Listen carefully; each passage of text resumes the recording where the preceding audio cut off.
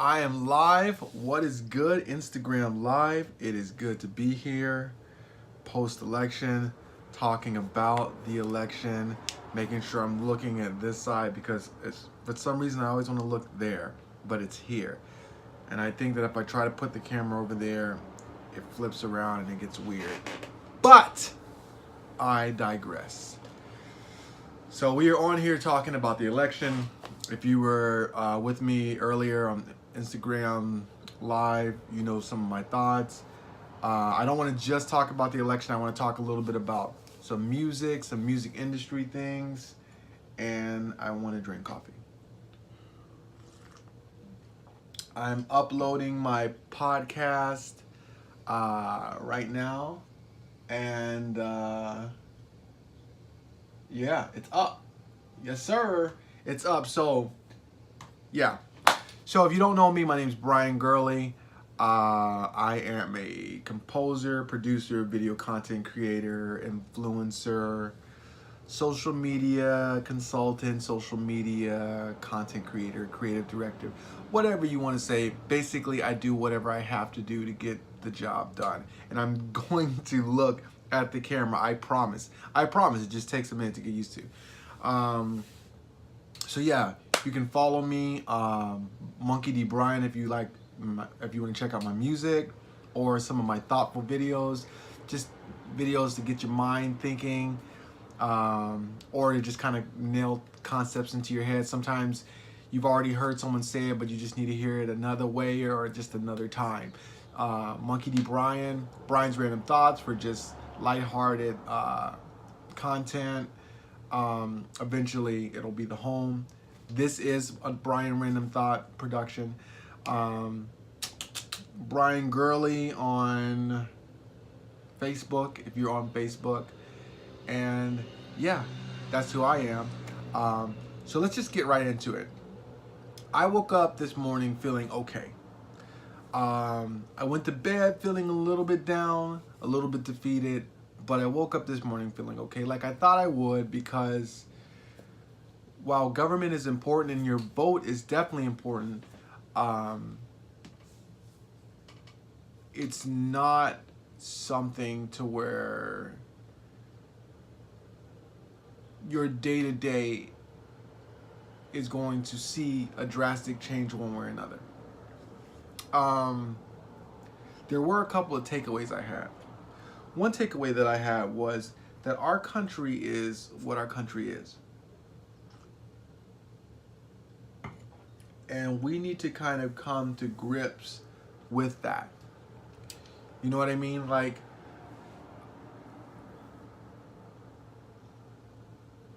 there was a good turnout on both sides. And the reason why there was a good turnout on both sides is because the people who put Trump in office are happy with what he's doing. Not all of them. And I think what happened as well is that some of the people who were in the middle, on the fence, who didn't go in the direction of Hillary, came out and supported non-Republican candidates. But the Republicans, they came out as well. So it's not a game anymore.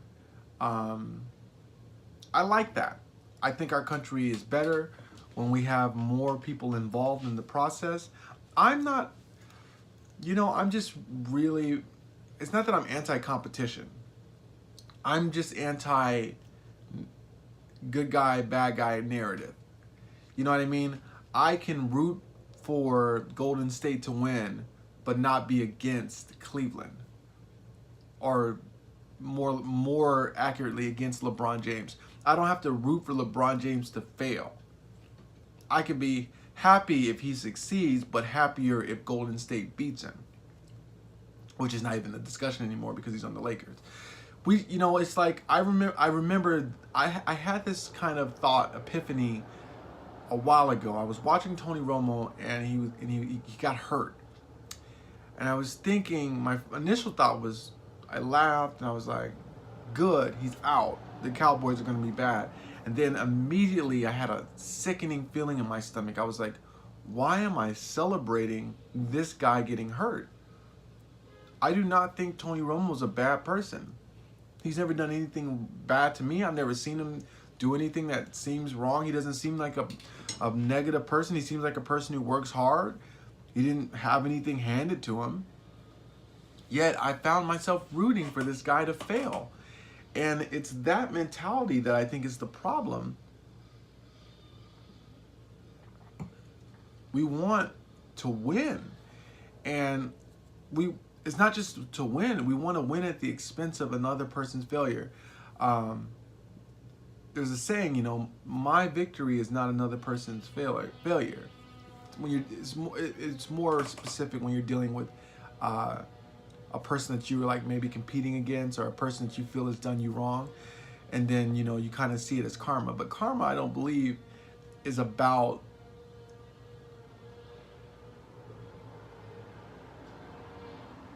one person winning and one person losing.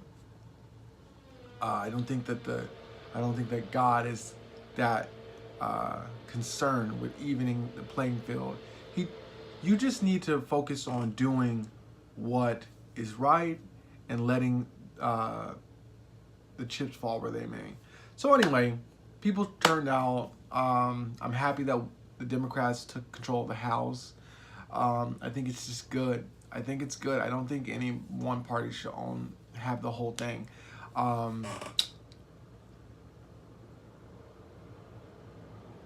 That being said, if people are gonna do what they did with Obama, now I'm not the biggest Obama fan. I'm appreciative of what he did. I thought he did a great job as president, but I don't think that he's the person that everyone makes him out to be. That being said, I don't want my comments to be misconstrued. I think he did a great job, one of the best jobs as president. But I think that, myself included, I really am not fair when I judge him, because when you consider just how much resistance he had, it's really kind of crazy. It's really, just mind-boggling how they just fought him tooth and nail for every inch. One thing that I like that some of these candidates now are not afraid to fight back, and they're not trying to make everybody happy, because you're not going to make everybody happy. And to be honest, you weren't put there. That's not your job. You weren't put in office to make everybody happy. You are everyone's president, but you're not. Everyone didn't vote for you, and everyone's not going to vote for you. So, I tell people, and let me first say this: I do not like President Trump. I do not like what he's doing. I don't think he's doing a good job. I don't think he's a good person. That being said, what he is good at is making his base feel like he's working for them. And that's always going to be a more powerful feeling, a more powerful rally cry. People voted not against McCain or Mitt Romney. They voted for Obama. And that's a big difference. People weren't voting for Hillary. They didn't want Hillary to win. And we started to see a shift last night in the Democratic Party, but it just wasn't enough. It just isn't enough. But I'm encouraged. I'm encouraged by what I saw. A lot of women were elected. I'm encouraged. These are real strides. Obama, I don't want to take away from it, but I think it was just a little bit of a right time at the right place, kind of viral moment.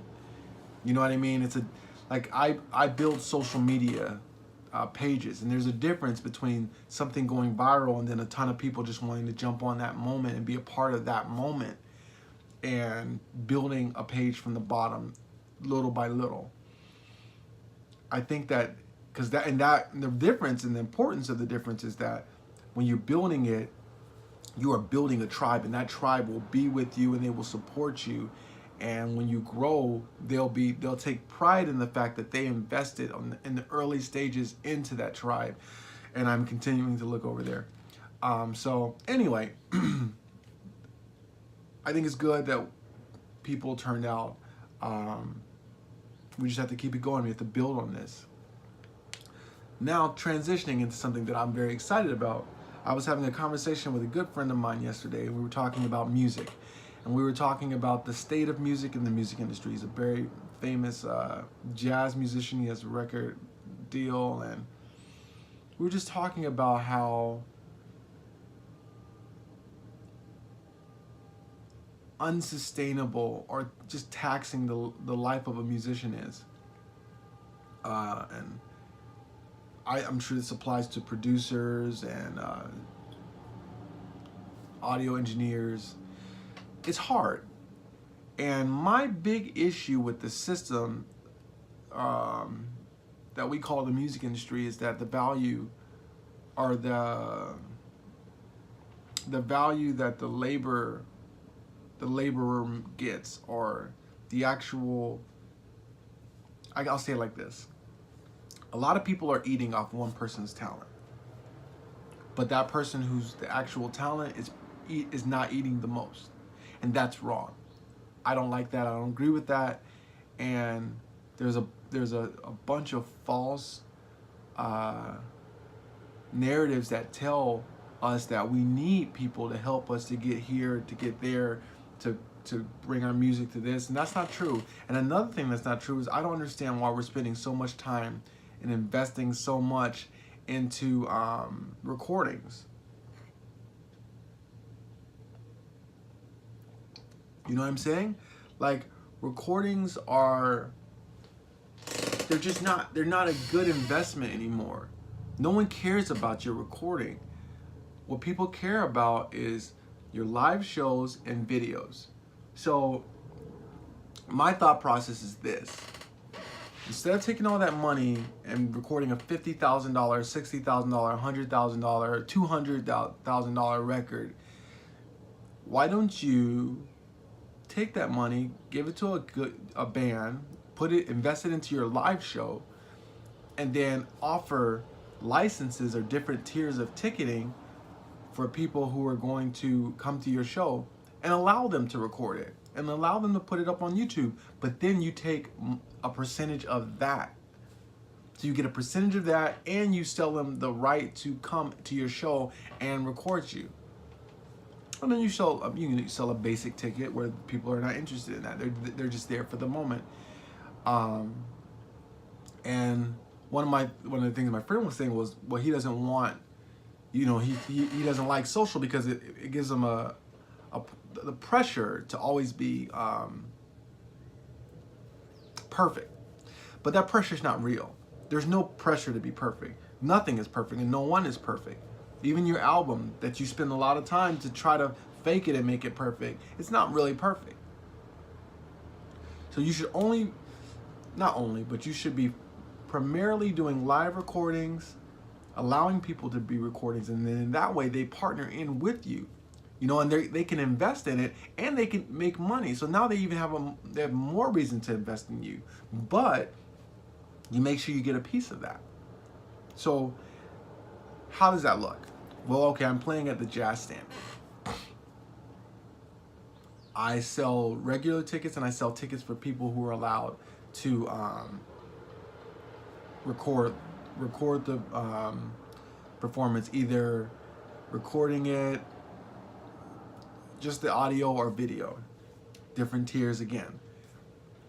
If anyone's recording that doesn't have a badge or a pass to record, kick them out instantly. Kick them out immediately. You're gonna have to be much stricter. But what it does is it shifts the power from record companies to venues, and this will help start new relationships with venues. It gives them a reason to want to partner with artists. When I first came to New York, I did a thing called a triple bill. If we had this system or something like this, then we would be able to sustain it. Because you can deal with advertisers. Now people are coming to you. Excuse me.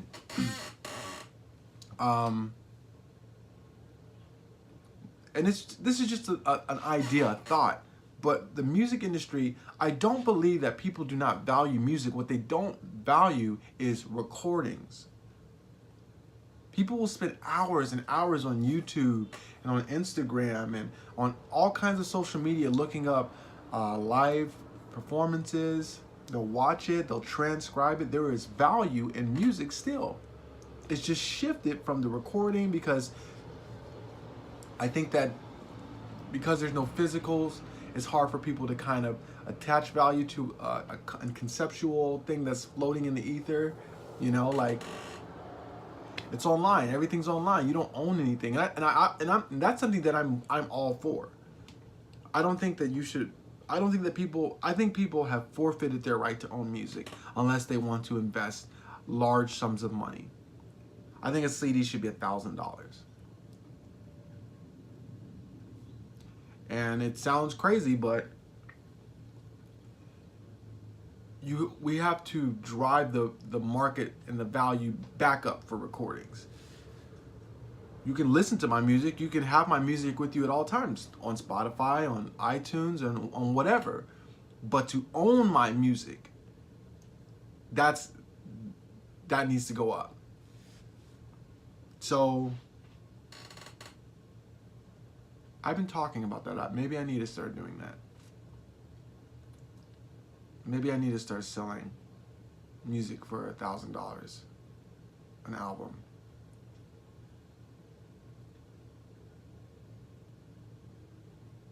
It's scary. It's a scary thought, but it's a thought that needs to happen. We need to get some people together, get some minds, get some people that have thoughts about this and figure it out. I really think I know the future of music is in live performances and video.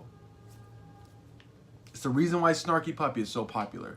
And they were the first, and the reason why they'll never, I don't want to say they'll never lose their spot, but the reason why they are who they are is because they were the first ones to figure out how to use YouTube in music. So the next platform I think is Instagram. And I believe that what's going to have to happen is you're going to have to release. They've even given you a little bit more wiggle room with IGTV.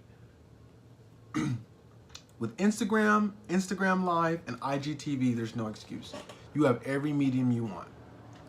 You can stream the whole concert. You can put up dope videos that are 10 minutes, and if you have a check, you can go further than that. I mean, it's really, you're making excuses. That's all you're doing. And on a side note, man, I make coffee in the morning and it lasts for like 3 minutes. It's warm for 3 minutes and I'm like reheating it all day. It's frustrating. It's frustrating. It's frustrating. It's warm right now. I'm gonna have to reheat this again. So anyway, that's that. Those are my thoughts on music, some of my thoughts. That's probably going to be a theme that's going to be continuing on for the next couple of days, maybe a couple of weeks, because I really believe that we need to transition from music being a recording-based industry to a video-based industry. And it doesn't mean you need to do like crazy stuff for music videos or have all these crazy live recordings. Just put something visually out there. Or just make it accessible, you know? Make a video of you practicing. Make a video of you talking about something, you know? Voicing over. I think that's coming too. People explaining what's happening. You know? Like playing a song and then going back and just talking through it. Helping people understand. That's something that I've been thinking about doing. I'm pretty sure that's gonna go down. I don't know where I'm gonna do it at though. Just talking about it, helping people to understand jazz, to kind of demystify it, pull it from behind the curtain so that people can see, oh, okay, I don't have to know exactly what's going on. I can just trust my feelings. But that's part of the jazz community. It's your job to make people feel comfortable so they can just trust their feelings. They don't have to know exactly why. And stop all the oohing and oh at concerts. Like you know what's going down. If you do, great. And if something moves you, but so much of that is just people trying to show everybody else in the room, oh, I understand what the joke is. So anyway, those are my thoughts. Hope you enjoyed. Until the next time, I'll be back next Wednesday, going live on Facebook at 4, and I'll be Instagram in the morning, Facebook at 4 every day. Brian Gurley on Facebook, Monkey D. Brian on Instagram, and I'm definitely going to learn how to look at this side of the camera. This will be up on my podcast today, so be sure to check that out. Brian's Random Thoughts on iTunes. Yeah, thank you, and until next time, later.